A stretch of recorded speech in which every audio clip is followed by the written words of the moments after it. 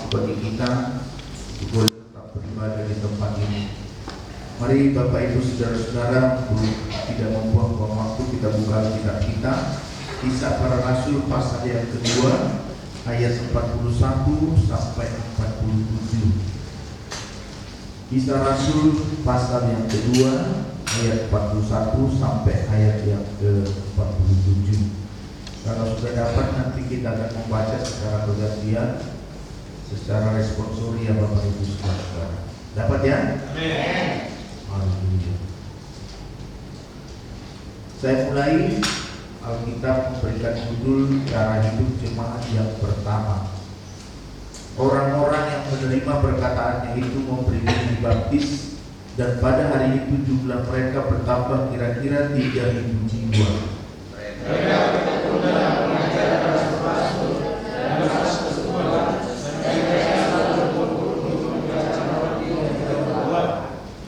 Maka ketakutanlah mereka semua, sedang rasul-rasul itu mengadakan banyak mujizat dan tanda. Dan semua orang yang telah menjadi percaya kata tersebut,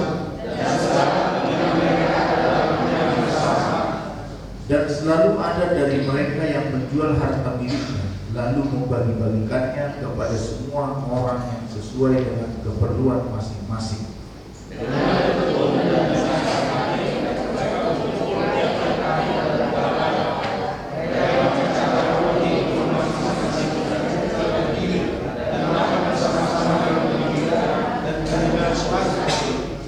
Sambil memuji Allah, dan mereka disukai semua orang, dan tiap-tiap hari Tuhan menambah jumlah mereka dengan orang-orang yang diselamatkan.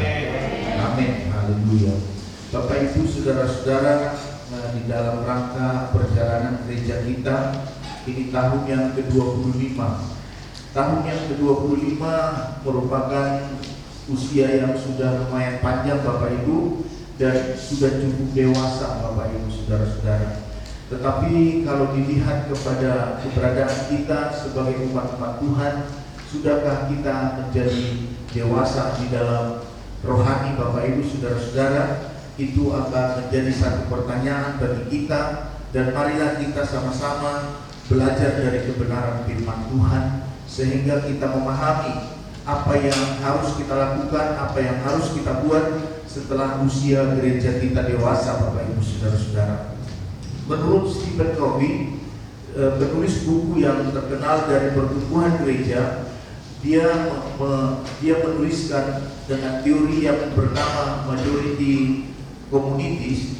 Dia dikatakan kedewasaan manusia terbagi menjadi 3 tahap.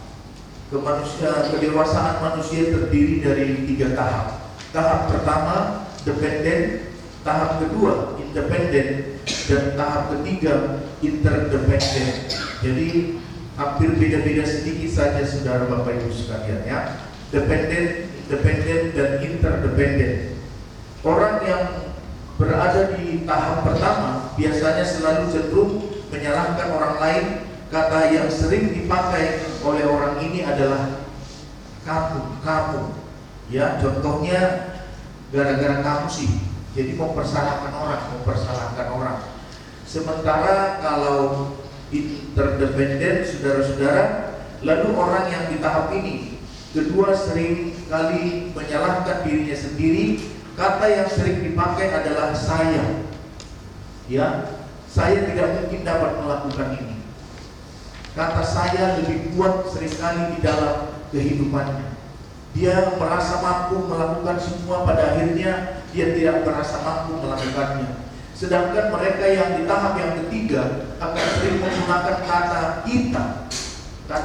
Seharusnya inilah yang kita bangun di dalam kedewasaan rohani kita, di dalam kedewasaan jasmani kita Bapak Ibu Saudara-saudara. Dia sering menggunakan kata kita, ya. Orang ini akan memikirkan tentang kepentingan bersama, bukan hanya orang lain ataupun dirinya sendiri. Jadi saudara-saudaraku,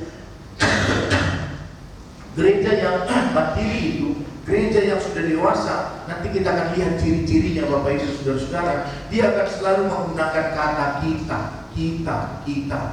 Jadi kalau kita saudara-saudaraku selalu di dalamnya dihimpun kebersamaan, kesatuan satu dengan yang lain, Bapak Ibu Saudara-saudara.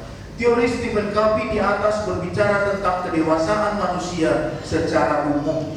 Hari ini kita akan melihat bagaimana kedewasaan di dalam gereja untuk kita, untuk perlu melihat bagaimana gerejanya pada mulanya berjalan. Tadi sudah kita baca di Rasul pasal yang kedua ayat 41 ayat 44. Gereja atau eklesia adalah suatu perkumpulan orang-orang yang dipanggil dan dipilih oleh Tuhan.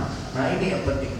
Eklesia itu adalah gereja, satu perkumpulan orang-orang yang penting dipanggil keluar untuk menyembah Allah. Jadi keberadaan kita sekarang ini seharusnya untuk menyembah Allah. Amin. Untuk menyembah Allah. Dan jangan dijadikan klub. Kalau dijadikan klub, sebab klub hanya untuk orang yang mau bersenang-senang. Sementara di gereja bukan untuk bersenang-senang, Bapak Ibu Saudara-saudara, tetapi memuji, menyembah Tuhan, mendengarkan firman Tuhan. Karena itulah arti gereja, dipanggil keluar, Bapak Ibu Saudara-saudara. Olehnya mari kita perhatikan beberapa ciri-ciri dari gereja yang dewasa, yang bisa kita teladani, yang bisa kita hidupi, yang bisa kita di dalamnya bersama-sama, supaya kita bisa betul-betul menjadi dewasa secara gereja, Bapak Ibu. Yang pertama, fokus utamanya adalah salib Kristus. Jadi salib kita, tujuan kita yang utama dari kita hanyalah salib, Bapak Ibu Saudara-saudara.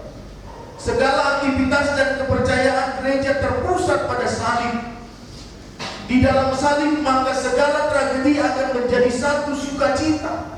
Kalaupun ada masalah, ada persoalan, ada hal-hal yang besar yang terjadi, Bapak Ibu Saudara-saudara, kalau memang di hati kita ada salib, ada penderitaan Kristus, maka kesengsaraan itu pun bisa kita anggap semata-mata menjadi sukacita, Bapak Ibu Saudara-saudara. Amin. Karena ada salib Kristus. Salib itu melambangkan penderitaan, Bapak Ibu Saudara-saudara.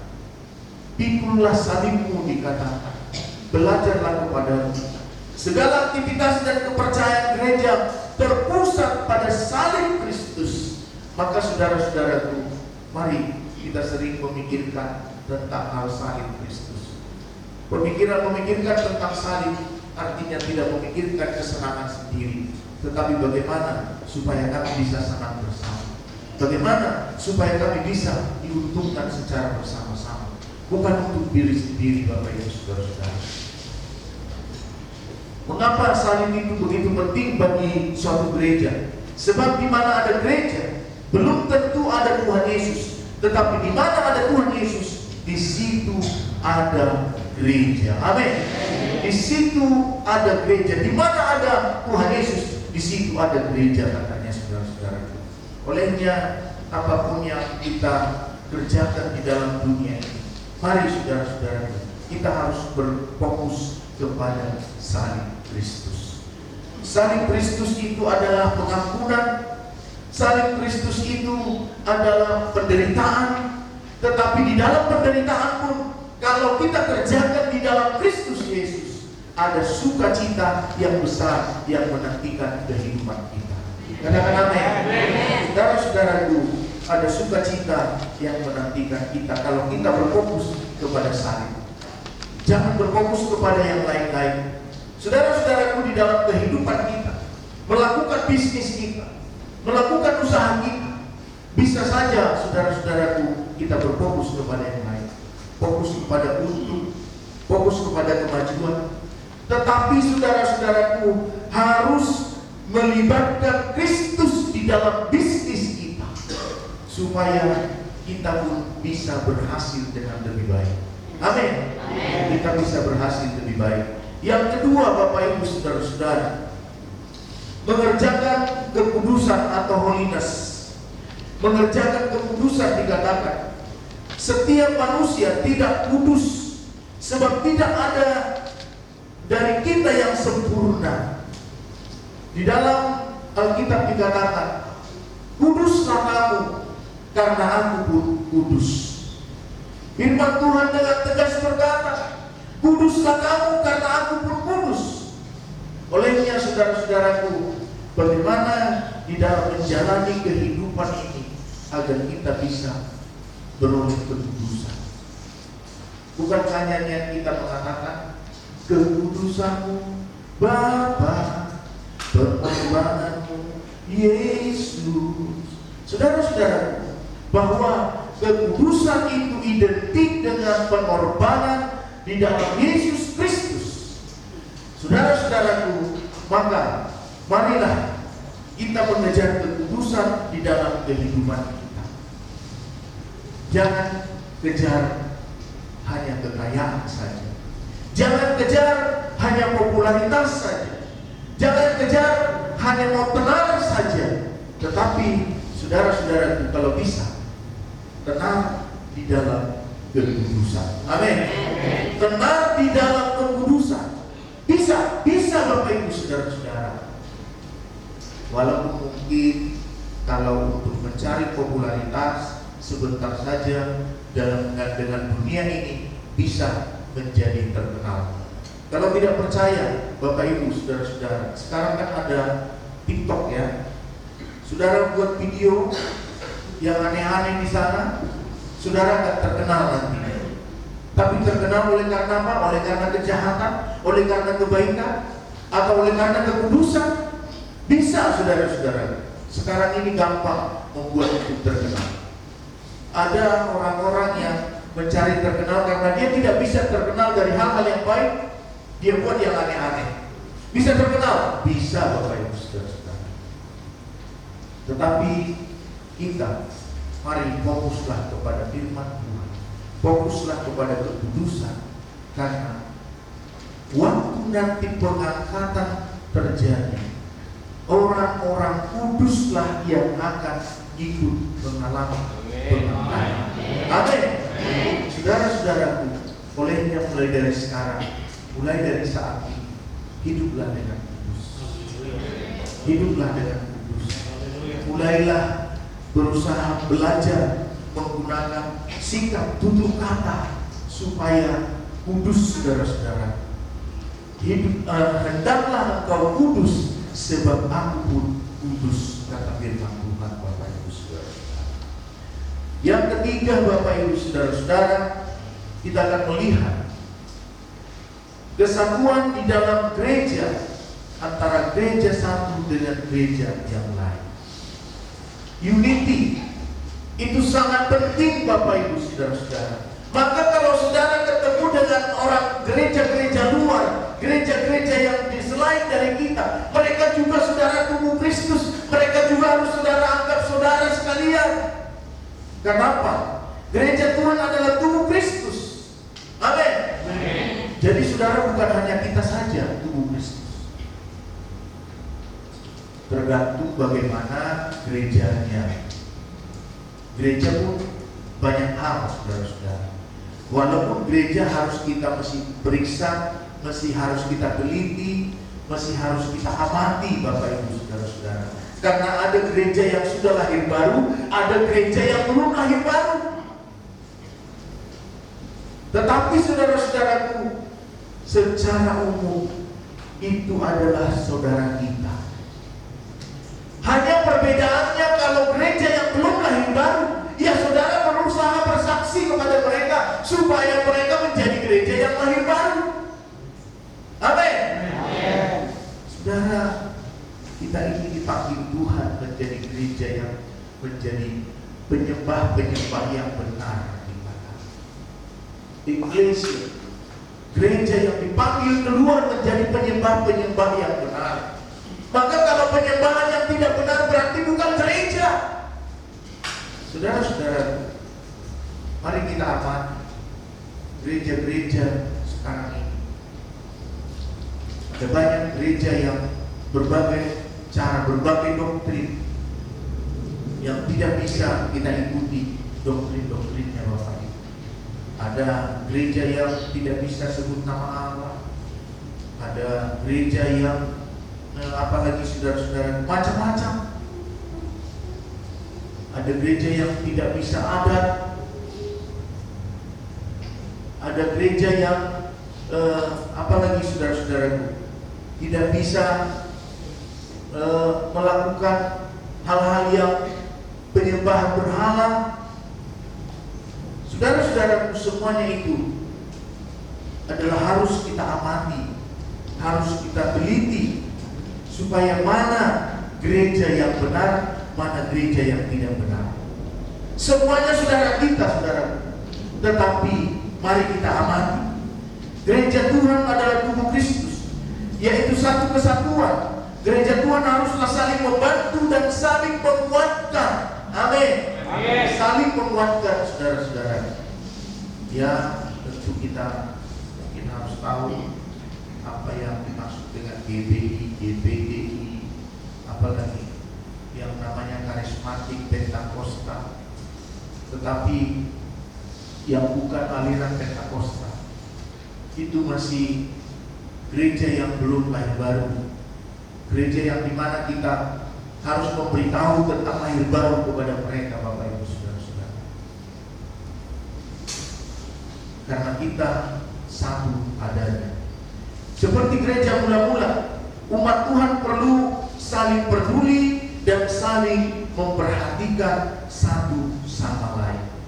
Kalau kita lihat tadi ayat yang ke-46 sampai 47, dengan bertekun dan dengan sehati mereka berkumpul tiap-tiap hari dalam bait Allah. Mereka memecahkan roti di rumah masing-masing secara bergilir dan makan bersama-sama dengan gembira dan tulus hati. Dengan tulus hati, Bapak Ibu Saudara-saudara, sambil memuji Allah, dan mereka disukai semua orang. Tiap-tiap hari Tuhan menambahkan jumlah mereka dengan orang-orang yang diselamatkan. Dari mana orang-orang yang diselamatkan, Bapak Ibu Saudara-saudara? Dari gereja-gereja yang belum lahir baru, dari gereja-gereja yang aliran non-Pentakosta. Sambil memuji Allah dan mereka disukai semua orang. Hanya sikap mereka manis, sikap mereka indah. Contoh seperti kita semua yang ada di sini, Bapak Ibu Saudara-saudara, tidak pernah menaruh sakit hati orang lain, tidak pernah menaruh benci hati orang lain, tidak menaruh kata-kata yang membuat hati sakit. Semua orang senang melihat kita, saudara-saudaraku. Maka saya percaya pasti setiap hari jumlah kita ditambahkan oleh orang-orang percaya. Tetapi kalau hidup kita hanya hidup dari hari ke hari, berjuang untuk hari ke hari, tidak peduli orang lain, tidak akan terjadi sesuatu, Bapak Ibu Saudara. Padahal gereja kita 25 tahun. Nanti mungkin tahun ini kita perlu buat pesta perak, Pak. Selamanya ini gak pernah kita rayakan hari ulang tahun gereja kita. Ini sudah 25 tahun, Bapak. Tahun 1997 bulan 10 saya mulai pelayanan ini di kampung bersama. Persis nanti bulan 10 25 tahun, tahun perak, Bapak Ibu Saudara. Kita harus saling peduli satu dengan yang lain. Dan tiap-tiap hari Tuhan menambahkan jumlah mereka dengan orang-orang yang diselamatkan. Dari mana orang-orang yang diselamatkan? Pasti orang-orang dari luar datang ke sini, penasaran mereka. Apa yang ada di gereja sidang Jemaat Allah? Kenapa umat-umatnya baik-baik? Kenapa umat-umatnya sopan-sopan semua? Saudara-saudara, karena menjaga kekudusan. Amin. Karena menjaga kekudusan, tidak ditemukan lagi orang yang suka berantem di gereja sidang Jemaat Allah. Amin. Haleluya. Semuanya indah, Bapak Ibu Saudara-saudara. Kesatuan di dalam gereja unik. Yang keempat, Saudara Bapak Ibu, hidup dalam keharmonisan, harmoni. Harmoni. Umat Tuhan harus hidup bersama-sama dalam keharmonisan di dalam gereja, walaupun terdapat perbedaan perbedaan dari setiap individu. Individu saya dengan individu pasti Manjuntak, individu saya dengan individu pasti Hotak, dengan Pak Nainggolan, dengan Pak Silaban, Pak Sibinjang, dan semua kita yang ada di sini masing-masing berbeda, Bapak Ibu Saudara-saudara. Amin. Tetapi ada pemersatuannya. Hal yang sedikit berbeda jangan dijadikan menjadi perbedaan, tetapi dijadikan menjadi kekayaan. Amin.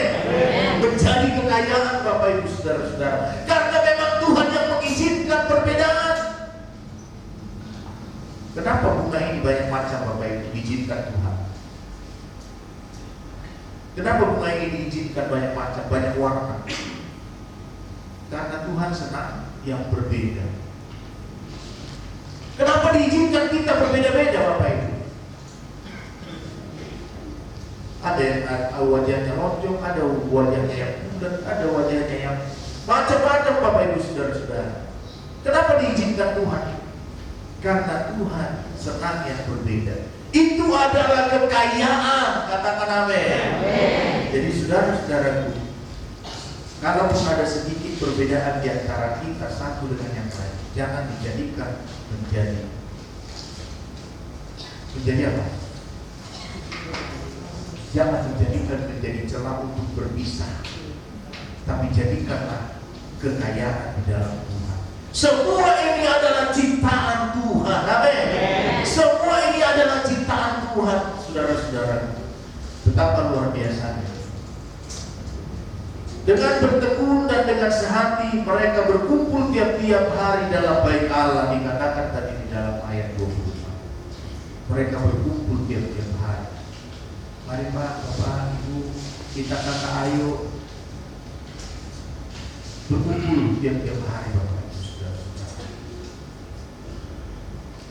Dengan tidak membicarakan perbedaan-perbedaan yang tadi, tapi membicarakan hal yang bersama, hal yang bersatu, yang ada di dalam kehidupan kita, Bapak Ibu Saudara-saudara. Maka dikatakan mereka memecahkan roti di rumah masing-masing secara bergilir dan makan bersama-sama dengan gembira dan dengan tulus hati. Wah, ini dengan tulus hati. Alangkah indahnya kalau kita semua melakukan kegiatan-kegiatan kita dengan tulus hati, Bapak Ibu Saudara-saudara. Itu sangat bermanfaat sekali di hadapan Tuhan, karena ada ketulusan hati kita yang mengimbangi segala yang terjadi di dalam kehidupan kita. Sambil memuji Allah, dan mereka disukai semua orang, dan tiap-tiap hari Tuhan menambahkan jumlah mereka dengan orang-orang yang diselamatkan. Saudara-saudaraku, mari kita mengamati gereja kita, Bapak Ibu. Kita sudah usia 25 tahun. Apa yang harus saya buat? Apa yang harus saya kerjakan? Apa yang harus saya lakukan? Harusnya masing-masing kita mulai berpikir seperti itu, Bapak Ibu. Sehingga gereja kita bisa maju, gereja kita bisa berkembang, gereja kita bisa menjadi kemuliaan bagi nama Tuhan. Amin. Penutup, Bapak Ibu Saudara-saudara, tadi kita dengarkan ada cross, holiness, unity, harmoni. Itu semua adalah tanda-tanda dan ciri-ciri dari gereja yang dewasa. Ciri-ciri gereja yang dewasa. Marilah di tahun ini, di tahun yang baru ini, setiap kita boleh melihat dan mengoreksi diri kita masing-masing. Apakah kita adalah gereja yang sudah dewasa? Apakah hanya usianya yang dewasa, atau termasuk juga perilakunya yang dewasa, sikapnya yang dewasa? Seharusnya segala-galanya juga harus dewasa. Amin. Mari Tuhan memberkati kita, biar kiranya firman Tuhan yang menjadi berkat bagi kita, biar kita bertumbuh menjadi lebih dewasa, sebagaimana gereja yang seharusnya sudah yang usia 25 tahun. Mereka semua mempermuliakan, mereka semua topak menopang, mereka semua saling peduli satu dengan yang lain. Mari Bapak Ibu Kita dengan kita peduli dimanapun kita berkeluarga, dimanapun kita tinggal, dimanapun kita bersama-sama berada, saudara-saudaraku. Bukan hanya kata A. Seringkali kalau ada yang sakit hanya kata aku, ini kata A. Saudara-saudaraku, seharusnya tidak seperti itu. Kita usia 25 tahun, maka selayaknya, wah siapa itu ya, dia sakit ya, berarti harus saya kunjungi dia. Tidak bisa sama-sama sendiri, tidak bisa bertiga bersatu, tidak bisa bertiga bersatu, saudara-saudara. Ya, biarlah kiranya firman Tuhan ini menjadi berkat bagi kita sekalian.